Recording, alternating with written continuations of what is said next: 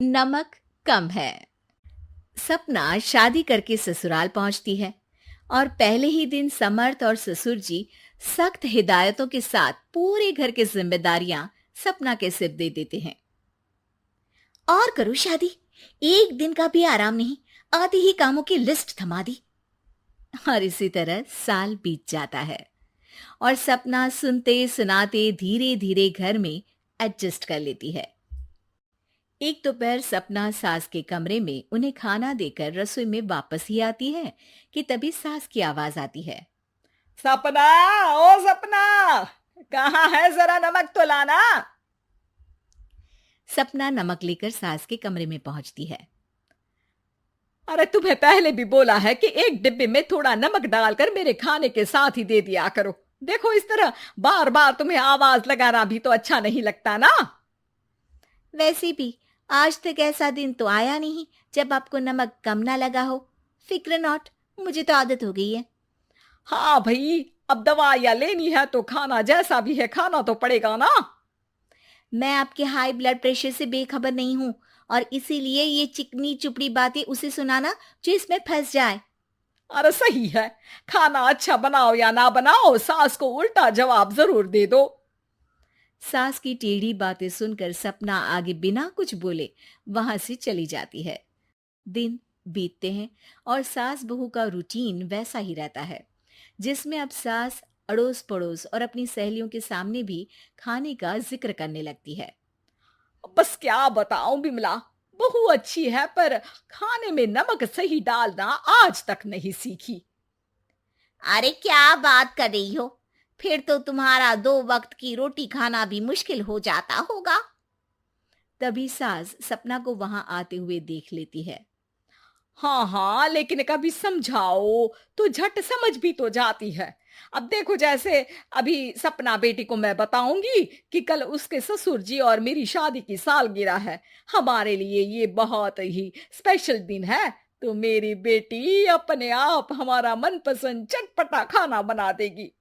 ऐसे किसी बात को अनसुनी भी नहीं करती। हाँ बिमला, तुम भी खाने पर आ जाना। सास का उनकी सहेली के सामने ऐसा बोलने पर सपना इनकार नहीं कर पाती। अगले दिन बिमला ठीक डिनर के समय वहां पहुंच जाती है जहां सपना ने आज सारा चटपटा खाना बनाया होता है। अरे वाह सपना, क्या बढ़िया खाना बनाया है। हाँ हाँ बहू, खाना तो बहुत ही स्वादिष्ट है। जब बाकी सब खाने की तारीफ कर रहे होते हैं, वहीं सास और बिमला बिना कुछ बोले सुने स्वाद में खोई हुई बस खाना ही खाती रहती हैं, जिसके कुछ देर बाद सास का ब्लड प्रेशर सुपर हाई हो जाता है।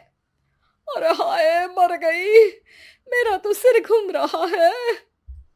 आपसे किसने कहा था ऐसे खाने के लिए जैसे जन्मों से कुछ मिला ही ना हो? अरे हद है, मतलब जब तुम्हें बोला था कि मम्मी को तेज नमक वाला खाना नहीं देना, फिर दिया क्यों? मेरी माँ को मारना चाहती हो क्या? अरे बहू, तुम्हें एक जिम्मेदारी दी थी, उसमें भी इतनी लापरवाही। ऐसा माहौल देख बिमला तुरंत वहां से चली जाती है। साथ ही समर्थ और ससुर जी सास को लेकर कमरे में चले जाते हैं। ये सही है, सहेली के सामने बोली हुई बात भी मनवा ली और तबीयत खराब करके मुझे डांट पड़वा कर ऐसे चुप हो गई जैसे मुंह में जुबान ही ना हो। इसके बाद सास की तबीयत तो ठीक हो जाती है, लेकिन अब सपना पहले से भी ज्यादा सतर्क रहने लगती है, जिसमें खाना पहले की ही तरह नमक की कमी के साथ बनता रहता है, जिससे सास भी सच पता होने पर सपना को ताने दिए बिना रह नहीं पाती। अरे बहू, वैसे तो खाना सही बना है, लेकिन सब्जी में नमक कम होने की वजह से रोटी खाने में स्वाद ही नहीं आ रहा। अगली बार जरा ध्यान रखना। आपके नमक का ध्यान रखते रखते ऐसा लगता है किसी दिन मुझ में ही नमक की कमी ना हो जाए। तो फिर सही नमक डाल दिया करना। हाँ हाँ, जिससे आप दोबारा हाई ब्लड प्रेशर करके उस दिन की तरह सबसे मुझे डांट पड़वा सको। अरे जो भी कहो, उस दिन खाना बड़ा स्वादिष्ट बना था।